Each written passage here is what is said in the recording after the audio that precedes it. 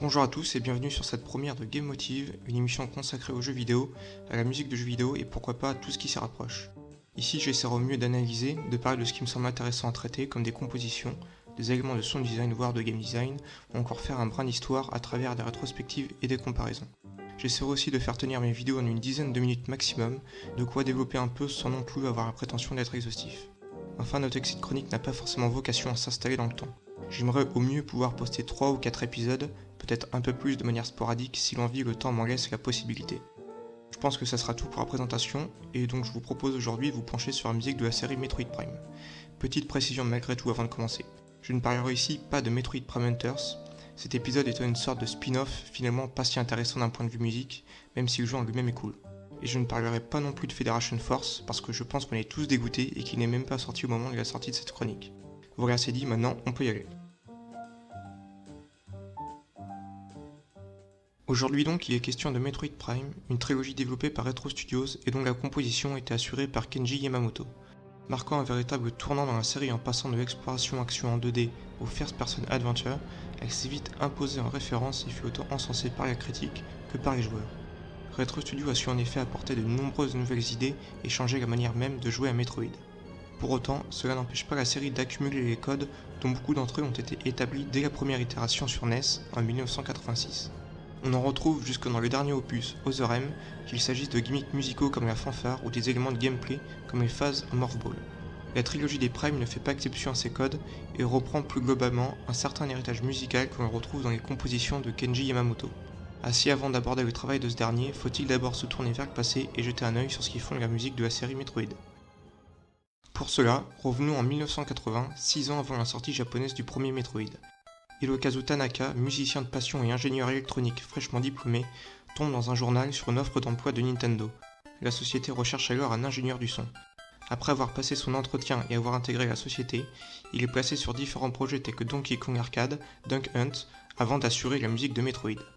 Il a alors plus ou moins carte blanche pour composer et utilisera cette liberté pour prendre à contre-pied la tendance de l'époque. Dans une interview donnée au site Gamasutra en 2002, il résume la chose de cette manière. À l'époque, la pop et les mélodies rythmées étaient partout. L'industrie était ravie, mais moi au contraire je n'étais pas contente de cette tendance, parce que ces mélodies n'étaient pas nécessairement en accord avec l'atmosphère que les jeux avaient au début. Le sound design pour Metroid était, du coup, voulu pour être l'antithèse de cette tendance. Je pensais que la musique pour Metroid devait être créée non pas comme de la musique de jeux vidéo, mais comme de la musique qui donnerait l'impression aux joueurs de rencontrer une créature vivante. Je voulais créer une bande son sans distinction entre musique et effets sonores.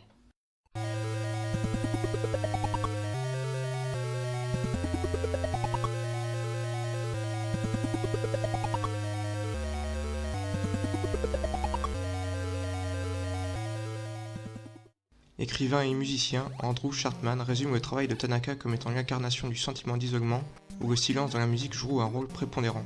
Ainsi, l'utilisation de sons d'ambiance, de mélodies inquiétantes, ou du silence comme moyen de renforcer l'impression de solitude et d'étouffement font partie intégrante de l'expérience d'origine proposée dans Metroid, et cette manière de composer sera cultivée et enrichie dans tous les autres opus de la série malgré le départ de Takanashi.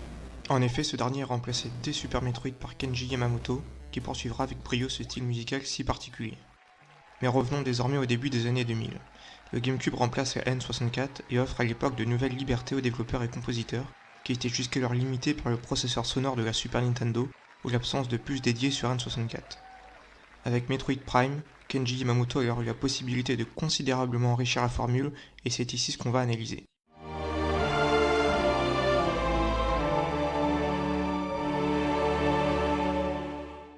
Pour commencer, on peut avoir un aperçu de ce changement dès l'écran de menu du premier Metroid Prime, qui s'ouvre sur un thème très particulier que je vous propose d'écouter.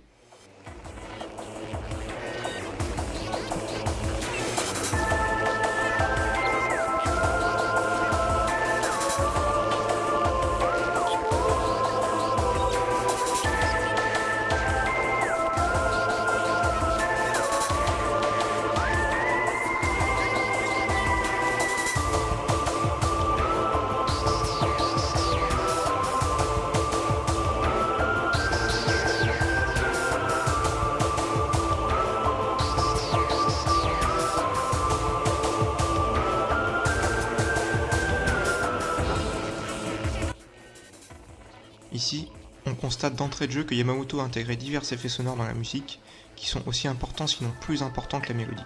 En effet, le thème commence par un chœur discret, accompagné d'un son distordu irrégulier qui paraît évoquer autant quelque chose de synthétique qu'organique.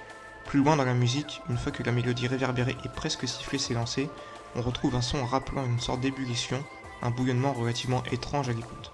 Avec d'autres éléments sonores qui donnent comme une sensation de flottement au cours du thème et le chœur perpétuellement présent, cette musique d'introduction est en fait une illustration complète de l'univers du jeu et de ce qui attend le joueur. En mettant l'accent sur le côté très flottant et réverbéré, Yamamoto retravaille le côté atmosphérique de la série. En usant de chœur, il insuffle un aspect mystique et un peu plus épique à l'aventure, qui prépare à la rencontre des restes de la civilisation Chozo et des pirates de l'espace.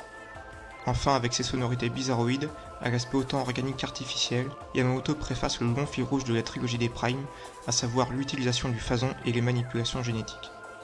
D'ailleurs, pour renforcer ce sentiment et créer une synergie entre musique et image, l'introduction nous montre un organisme à l'échelle cellulaire, régulièrement parasité par des sortes d'interférences. Après un rapide passage sur la frégate des pirates de l'espace, où Samus constate la mort de l'équipage et prend conscience de leurs expériences génétiques, le joueur est propulsé vers la planète Talon 4. C'est véritablement là que commence l'aventure, et les compositions qu'a réservé Yamamoto à cet environnement rendent compte là aussi d'une grande richesse et d'une orchestration soignée. Prenons un moment pour écouter le thème de Talon à l'arrivée de Samus sur la planète.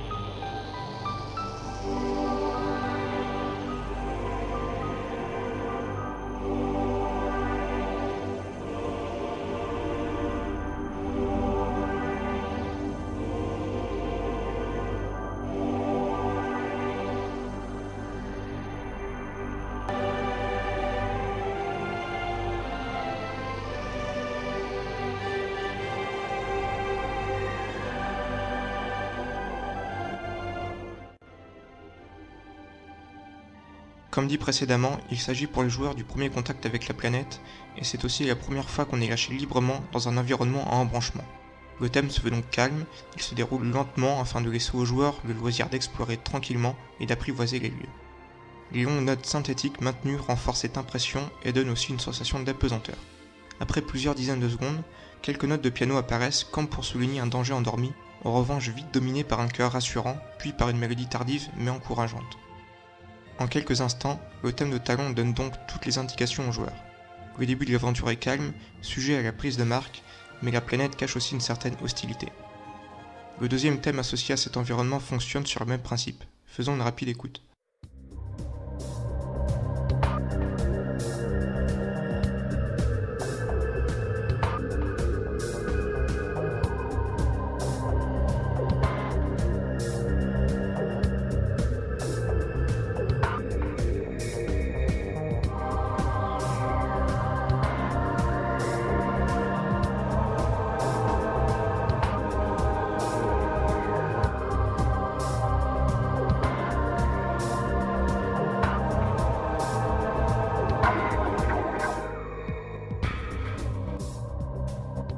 Cette musique apparaît après plusieurs heures de jeu, quand le joueur a pris ses marques et a progressé dans l'aventure. On remarque directement que le thème est cette fois-ci accompagné d'une batterie, avec des temps marqués par des sons percutants. Dans cette déclinaison comme dans l'autre, on est sur du 4 temps, mais le tempo est ici beaucoup plus élevé, afin de souligner l'action et le rythme plus soutenu du jeu à ce moment de l'aventure.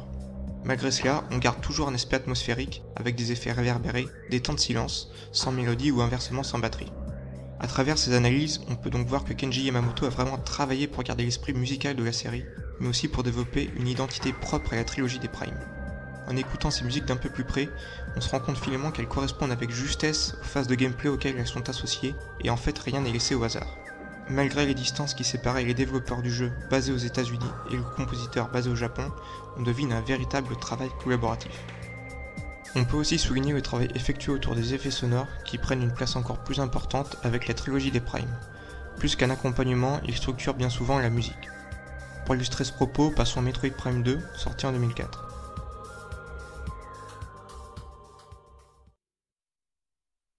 Pour faire une brève présentation avant de poursuivre, on peut dire que d'un point de vue musique, le jeu est relativement similaire à son prédécesseur. Yamamoto utilise à peu de choses près une orchestration similaire, piochant dans la même banque de sons. On note aussi la réutilisation de certains thèmes mineurs, comme celui de la save room ou des ascenseurs. Je ne vais donc pas trop m'appesantir sur cet opus, pour lequel j'ai néanmoins sélectionné un thème que j'ai trouvé particulièrement intéressant, qui illustre bien l'importance du son et du bruit chez Yamamoto. Il s'agit du thème joué pendant une rencontre avec Dark Samus, que je vous laisse écouter quelques instants.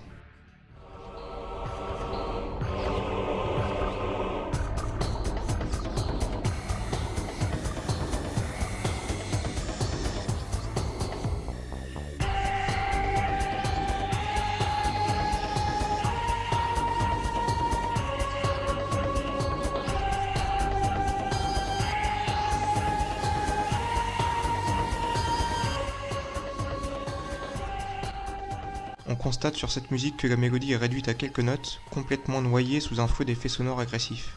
Ici, ce sont donc ces effets qui indiquent le danger imminent, amènent une tension dans le combat. On a par exemple un son très strident qui apparaît dès les premières secondes et qu'on pourrait très bien assimiler à une sorte d'alarme.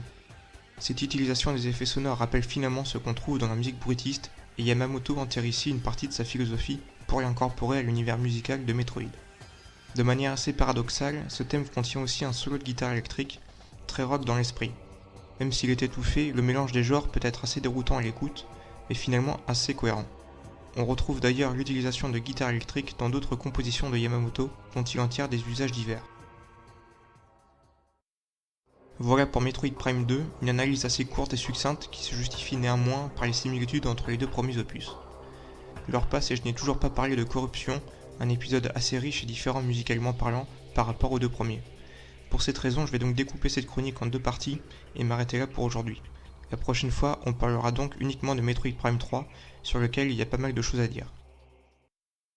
J'espère en tous les cas que cette première chronique vous aura plu, malgré son aspect un peu amateur et ses petits défauts inhérents à tout lancement d'émission. Je vous invite d'ailleurs à me faire part de vos retours afin que je puisse voir ce que je peux améliorer dans le futur. J'espère aussi vous retrouver pour la seconde partie. Bref, à la prochaine et c'est tout.